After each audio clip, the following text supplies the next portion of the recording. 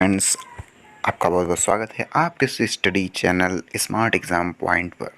So friends, आज हम बात करने वाले हैं हमारे BEE basic electrical engineering second semester के कुछ मोस्ट इंपॉर्टेंट क्वेश्चन के बारे में। और मैं गाइस ये गारंटी लेता हूँ, अगर आप इस वीडियो को पूरा देखते हो तो आपको एग्ज़ाम देने में कोई भी प्रॉब्लम नहीं होगी। अगर आप इस वीडियो को पूरा ध्यान से देखते हो पूरा का पूरा, तो आपको एवरी क्वेश्चंस याद हो जाएंगे जो कि मैं कराने वाला हूँ।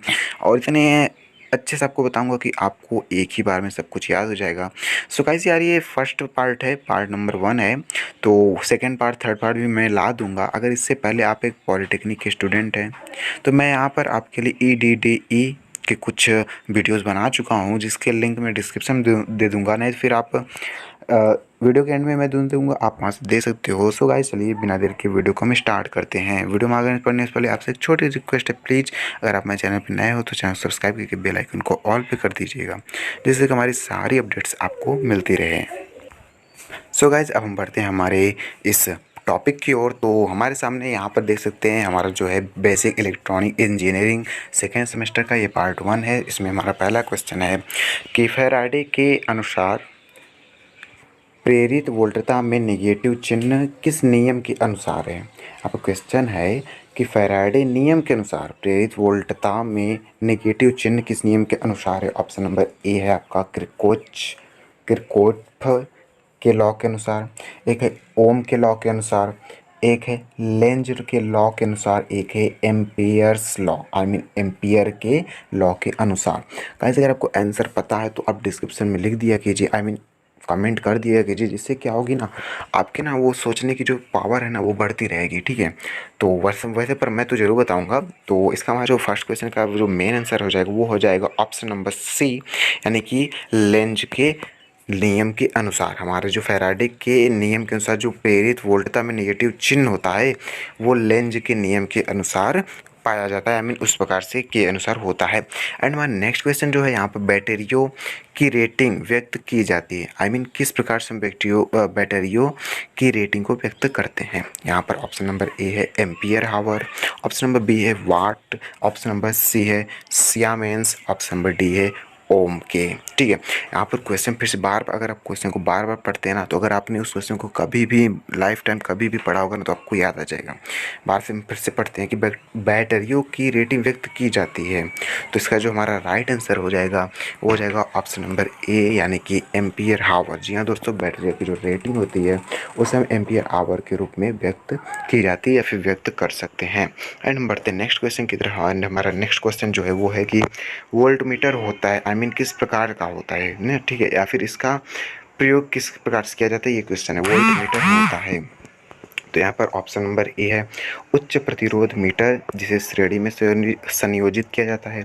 ऑप्शन नंबर बी है उच्च प्रतिरोध मीटर, जिसे समांतर में संयोजित किया जाता है। ऑप्शन नंबर सी है निम्न प्रतिरोध मीटर, जिसे समांतर में संयोजित किया जाता है। ठीक है, दो बी और सी सेम है बट उसमें थोड़ा सा चेंज है। एंड ऑप्शन नंबर डी है निम्न प्रतिरोध मीटर, जिसे श्रेणी में संयोजित किया जाता है। आपको चारों क्वेश्चन थोड़ा सा मिलते मिलते आंसर मिल रहे होंगे, बट आपको सोचना है, मैंने आपको कहा ना, अगर आप बार बार किसी क्वेश्चन को पढ़ेंगे तो उसका आंसर आप कभी भी पढ़े रहेंगे तो आपको याद आ जाएगा। इसी प्रकार से इसका वोल्ट मीटर होता है। तो गाइज, इसका अगर आपको आंसर पता है तो आप कमेंट जरूर कीजिएगा। जैसे मैंने बताया, इसे सोचने की जो प्रेजेंट ऑफ माइंड होती है ना, वो बहुत ज़्यादा बढ़ती है। तो हमारे इसका जो राइट आंसर हो जाएगा वो हो जाएगा ऑप्शन नंबर बी, यानी कि वोल्ट मीटर जो होता है वो उच्च प्रतिरोध मीटर होता है, जिसे समांतर में संयोजित किया जाता है, यानी कि हमारा बी ऑप्शन नंबर बिल्कुल सही हो जाएगा।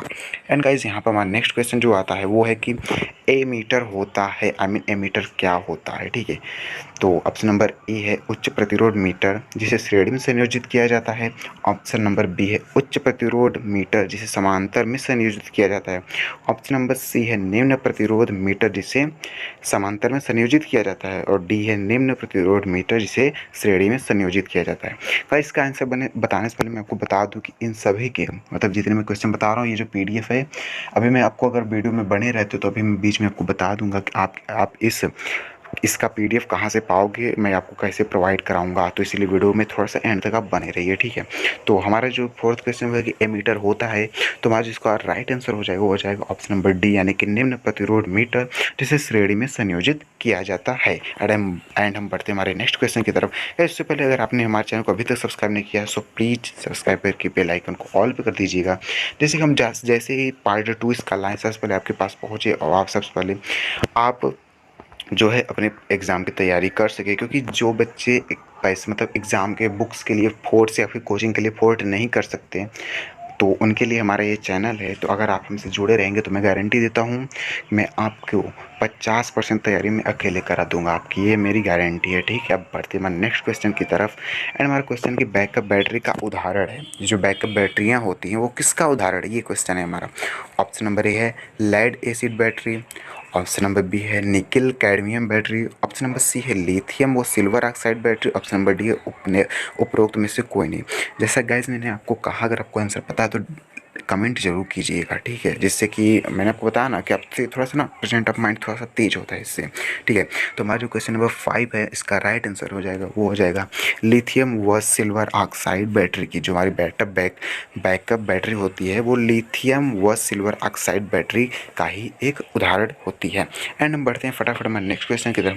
हमारा जो नेक्स्ट क्वेश्चन है वो है कि निम्न में से कौन सा थर्मोसेटिंग इंसुलेटर है, ठीक है। क्वेश्चन ये है निम्न में से कौन सा थर्मो सेटिंग इंसुलेटर, इसका ऑप्शन, तो इसका ऑप्शन नंबर ए हो जाएगा बैकेलाइट, ऑप्शन नंबर बी है पॉलीप्रोपिलीन, और ऑप्शन नंबर सी है poly ethylene, option number D है पॉलीएमाइड, ठीक है।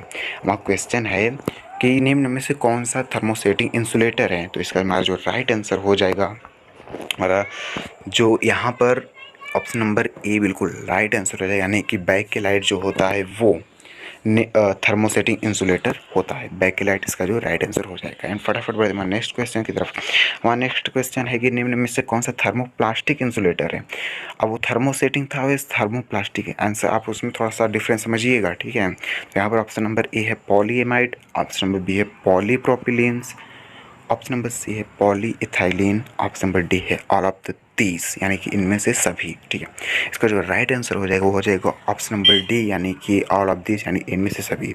और जो थर्मोप्लास्टिक इंसुलेटर होता है वो पॉलीएमाइड भी होता है, पॉलीप्रोपिलीन्स भी होता है और पॉली इथाइलिन भी होता है, ठीक है। ये आपको याद रखना है, ठीक है। फिर से मैं बोल देता हूँ, जो हमारा थर्मोप्लास्टिक इंसुलेटर होता है वो पॉलीएमाइड भी होता है, पॉलीप्रोपिलीन भी होता है और पॉलीएथिलीन भी होता है। इसलिए इसका राइट आंसर हो जाएगा ऑल ऑफ द अबव, यानी इनमें से सभी, ठीक है। एंड बढ़ते हैं हमारे नेक्स्ट क्वेश्चन की तरफ। हमारा नेक्स्ट क्वेश्चन है कि परमैग्नेटिक पदार्थ बने होते हैं, आई मीन परमैग्नेटिक जो पदार्थ होते हैं वो किससे बने होते हैं, ठीक है। हमारा मतलब एग्जैक्ट क्वेश्चन ये है, ठीक है। अगर आप वीडियो को एंड तक देखते हो यार तो गारंटी देता हूँ मैं आपको पूरे क्वेश्चन याद करवा दूंगा। अभी मैं आपको एक ट्रिक बताऊंगा याद करने का, ठीक है। तो थोड़ा सा आप एंड तक बने रहो यार गाइज। अगर आप हमारे साथ जुड़े रहेंगे तो आप ही का फ़ायदा है, क्योंकि हम आपको free of cost everything provide कराएंगे। तो इसीलिए आप ही को फ़ायदा है, आगे आपको डिसाइड करना है कि आप हमारे साथ जुड़ेंगे या फिर नहीं, ठीक है। तो क्वेश्चन नंबर 8 है कि परमैग्नेटिक पदार्थ बने होते हैं। ऑप्शन नंबर ए है एल्यूमिनियम, ऑप्शन नंबर बी है cast iron, option number C है एल्निको एलॉयज़ और ऑप्शन नंबर डी है सिलिकॉन स्टील। जी हाँ दोस्तों, यहाँ पर परमैग्नेटिक पदार्थ अगर आपको आंसर पता है तो प्लीज़ यार कमेंट कर दिया कीजिए, जिससे कि मेरा भी हौसला बढ़ता रहे कि हाँ आपको इस प्रकार के क्वेश्चंस पता हैं और आपने कितनी तैयारी की है, ठीक है। तो इसका जो राइट आंसर हो जाएगा वो हो जाएगा ऑप्शन नंबर सी, यानी कि परमैग्नेटिक पदार्थ जो होता है वो एल्निको एलॉयज़ का बना होता है। एंड नेक्स्ट क्वेश्चन है हमारा एडी करेंट, यानी कि भंवर धारा को किस प्रकार से कम किया जाता है, को कम किया जाता है यानी किस प्रकार से कम किया जाता है।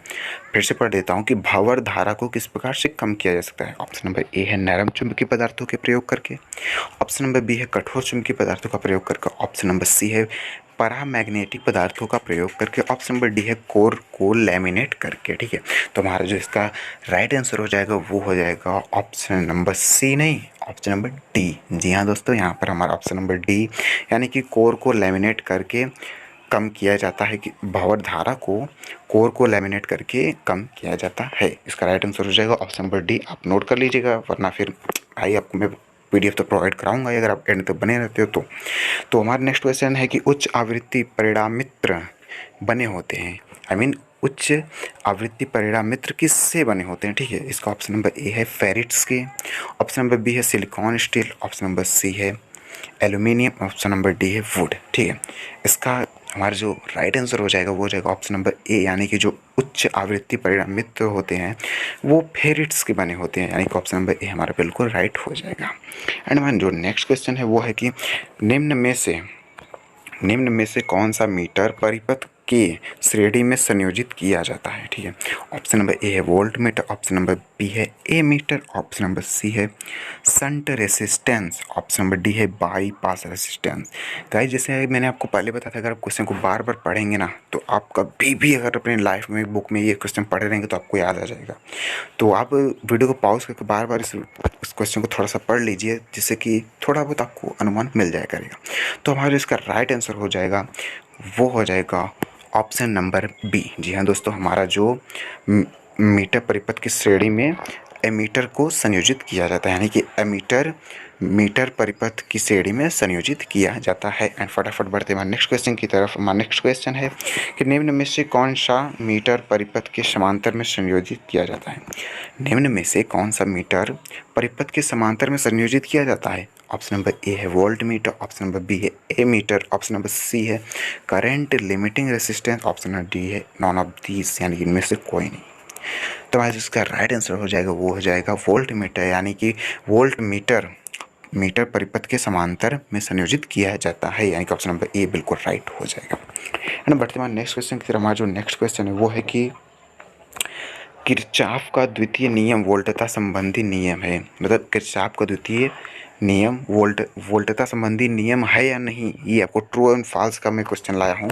तो इस प्रकार से ये क्वेश्चन है कि किरचॉफ का द्वितीय नियम वोल्टता संबंधी नियम है या नहीं, तो इसका जो राइट आंसर हो जाएगा वो हो जाएगा हमारा ट्रू, यानी कि किरचॉफ का जो द्वितीय नियम है वो वोल्टता संबंधी नियम ही है। तो ऑप्शन नंबर ए बिल्कुल सही हो जाएगा। हमारा जो नेक्स्ट क्वेश्चन है वो है कि चुंबक कितने प्रकार का होता है? ये बहुत ही कॉमन बात है, लेकिन इसको जानना बहुत ही ज़्यादा जरूरी है, क्योंकि घरेलू क्वेश्चंस भी हैं। कोई भी आपसे पूछ सकता है कि भाई बताओ यार चुंबक कितने प्रकार का होता है। ठीक है, तो इसी प्रकार से ये भी मैंने क्वेश्चन पिक किए हैं सिर्फ आपके लिए, जिससे आपकी बेसिक नॉलेज भी बढ़ती रहे और ये क्वेश्चन पूछे भी जाते हैं। ठीक है, तो यहाँ पर ऑप्शन नंबर ए है 1, ऑप्शन नंबर बी है 2, ऑप्शन नंबर सी है 3, ऑप्शन नंबर डी है 4। तो हमारा जो चुंबक होता है वो ऑप्शन नंबर बी यानी कि 2 प्रकार का होता है। जो हमारा चुंबक होता है वो 2 प्रकार का होता है। एंड ऑप्शन हमारा जो नेक्स्ट क्वेश्चन है वो है कि चुंबकीय बल रेखाएं प्रवेश करती हैं। ठीक है, क्वेश्चन है चुंबकीय बल रेखाएं प्रवेश करती हैं। ऑप्शन नंबर ए है उत्तर से दक्षिण, और ऑप्शन नंबर बी है दक्षिण से उत्तर, ऑप्शन नंबर सी है पूर्व से पश्चिम, ऑप्शन नंबर डी है पश्चिम से पूर्व। गाइस, पहले आप ध्यान से सुनिए कि चुंबकीय बल रेखाएं प्रवेश करती हैं। जब आप किसी चुंबक को लेते हो, अपने अपने कक्षा में पढ़ा होगा, जब आप 11 में होंगे या 9 में 9-10 में ये पढ़ाया जाता है कि जब आप चुंबक लेते हैं तो उसकी दिशा की धारा, मतलब उसकी जो चुंबकीय बल रेखा है वो किस प्रकार प्रवेश करती है। तो ये क्वेश्चन है ये। तो इसका हमारा जो राइट आंसर हो जाएगा वो हो जाएगा उत्तर से दक्षिण।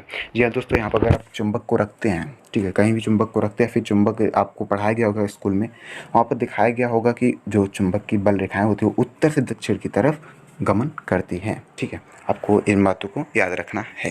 ठीक है, हमारा जो नेक्स्ट क्वेश्चन है वो क्वेश्चन नंबर 16 ये है कि फ्लेमिंग के बाएं हाथ के नियम में अंगूठा किस दिशा को प्रदर्शित करता है? ठीक है, यहाँ पर है फ्लेमिंग के बाएं हाथ के नियम में अंगूठा किसकी दिशा को प्रदर्शित करता है? ऑप्शन नंबर ए है धारा, ऑप्शन नंबर बी है चुंबकीय क्षेत्र, ऑप्शन नंबर सी है बल, एंड ऑप्शन नंबर डी है इनमें से कोई नहीं।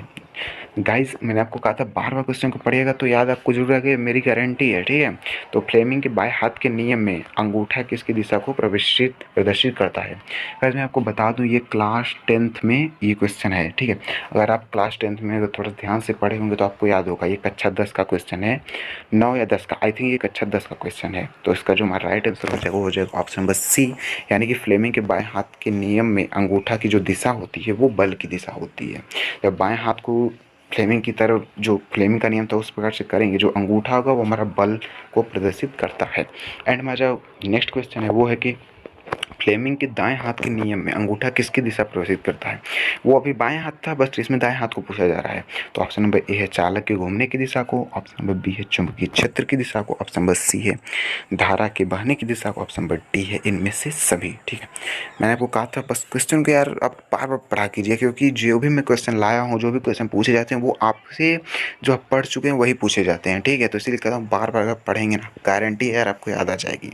तो इसका जो राइट आंसर हो जाएगा वो हो जाएगा ऑप्शन नंबर ए, यानी कि फ्लेमिंग के दाएं हाथ के नियम में अंगूठा चालक के घूमने की दिशा को प्रदर्शित करता है। एक अच्छा 10 का क्वेश्चन है, अगर आपने थोड़ा सा ध्यान से पढ़ा होगा तो आपको याद होगा, नहीं तो फिर अभी याद आ गया है, बहुत अच्छी बात है। ठीक है, तो आप इन सभी क्वेश्चन को याद रखिएगा क्योंकि कोई भी पूछ सकता है। तो यहाँ पर नेक्स्ट क्वेश्चन है कि फैराडे के नियम के आधार पर ही फैराडे के नियम के आधार पर ही DC generator, AC generator, transformer का निर्माण हुआ है। तो यहाँ पर क्वेश्चन ये है कि फैराडे के नियम के आधार पर ही जनरेटर, जो डीसी जनरेटर और एसी जनरेटर का निर्माण हुआ है, ये सत्य बात है या गलत बात है? मतलब आई मीन ये राइट है या फॉल्स है? तो इसका जो राइट आंसर हो जाएगा वो हो जाएगा राइट, आई मीन ट्रू। जी है दोस्तों, जो फैराडे के नियम के आधार पर ही DC generator, AC generator, transformer का निर्माण हुआ है, तो ये बिल्कुल सही बात है, बिल्कुल सही क्वेश्चन है। तो हम बढ़ते हैं फटाफट हमारे नेक्स्ट क्वेश्चन की तरफ। हमारा जो नेक्स्ट क्वेश्चन वो है कि चुंबकीय फ्लक्स का मात्रक है, जो हमारा चुंबकीय फ्लक्स होता है उसका मात्रक क्या होता है? तो इसका ऑप्शन नंबर ए है वेबर, ऑप्शन नंबर बी है हेनरी, ऑप्शन नंबर सी है वेबर पर वर्ग meter, I mean weber per meter square, and option number D है फैरड। तो गाइज यार इसका हमारा जो राइट आंसर हो जाएगा वो हो जाएगा ऑप्शन नंबर ए, यानी कि चुंबकीय फ्लक्स का जो मात्रक होता है वो वेबर होता है। इस सभी को आपको ध्यान में रखना चाहिए क्योंकि ये भी कक्षा 10 का ही क्वेश्चन है, क्योंकि मुझे अभी तक याद है कि मैंने मतलब 10 में ये पढ़ा था, वो 10 की मैंने बुक भी चेक किया था। ठीक है, तो ये 10 का क्वेश्चन है। एंड हमारा नेक्स्ट क्वेश्चन है वो है कि फैराडे के विद्युत चुंबकीय प्रेरण के कितने नियम हैं? ठीक है, इसका आंसर देने से पहले मैं आपको बता दूं कि आपको ये इसका पीडीएफ कहाँ से मिलेगा। मैं डिस्क्रिप्शन में आपको कोई लिंक दूंगा हमारे टेलीग्राम का, आप वहाँ पर जाकर ज्वाइन हो जाइए। मैं जैसे वीडियोस बनाता हूँ उसके बाद, जैसे मैं सुबह वीडियो अपलोड करता हूँ तो शाम को वहाँ पर पीडीएफ दे देता हूँ। अगर आप यहाँ से एक बार पढ़ लेते हो, अगर 2 बार अगर आप यहाँ से रिपीट करके पढ़ लेते हो, फिर आप जाकर पीडीएफ को डाउनलोड करके वहाँ से एक बार पढ़ लोगे ना, कसम से बता रहा हूँ आपको कभी भी अपनी लाइफ में कभी भी नहीं भूल पाओगे, ये मेरी गारंटी है। जी हाँ दोस्तों, अगर आप यहाँ पर अगर ध्यान से मेरे से पढ़ लेते हो, उसके साथ साथ आप जाकर पीडीएफ को 1-2 बार रिवाइज कर लेते हो ना, आपको एवरी क्वेश्चन याद हो जाएंगे, ये मेरी गारंटी है। तो हमारा जो क्वेश्चन है ये है कि फैराडे के विद्युत चुंबकीय प्रेरण कितने नियम है? ऑप्शन नंबर ए है 1, ऑप्शन नंबर बी है 2, ऑप्शन नंबर सी है 3, ऑप्शन नंबर डी है 4। तो इसका आंसर जो है आपको खुद ढूंढना है। ठीक है, आपको खुद से कमेंट में बताइए, अभी बताइए, अगर आपको पता है तो अभी बताइए, नहीं तो फिर आप कहीं से पढ़ के मुझे कमेंट में ज़रूर बताइएगा। ये आपके लिए होमवर्क समझ लीजिए, आप कुछ भी समझ लीजिए, बस दिस इज़ फॉर यू। ठीक है, अगर आपको पीडीएफ चाहिए तो आप टेलीग्राम में हमारे ज्वाइन हो जाइए, लिंक इन डिस्क्रिप्शन, आप फटाफट जाकर ज्वाइन हो सकते हैं। सो गाइस आज के लिए बस इतना ही, हम आपसे मिलेंगे next video I mean part 2 में। पार्ट 2 मैं कल या परसों अपलोड कर दूंगा, आप जाकर विजिट कर लीजिएगा, क्योंकि यहाँ पर आपको सामने भी शो हो रहा होगा पार्ट 2। ठीक है, तो यहाँ से आप जाकर देख सकते हैं। Thanks for watching, Vande Mataram.